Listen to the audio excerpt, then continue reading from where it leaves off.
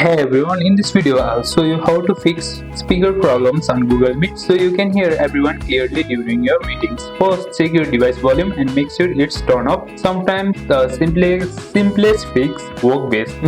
Make sure your device volume is up to max or however you like. Then next on the three dot. If you are in the meeting, first of all join the meeting and click the three dot here and check the audio settings. Make sure the correct speaker or headphones are selected. If you have multiple audio devices, Google Meet might be using the wrong one. If you are on the mobile, check your device setting and ensure the Google Meet app has permission to the use speaker.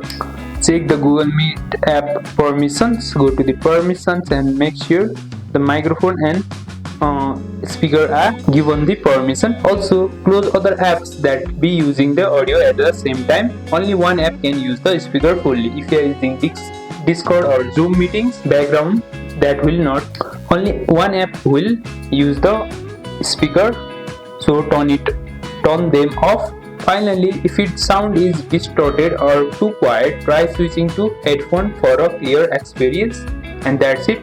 Now your speaker should work perfectly on Google Meet. If this helps, hit like, subscribe and turn on the bell for more quick tech tips, and I'll see you in the next one.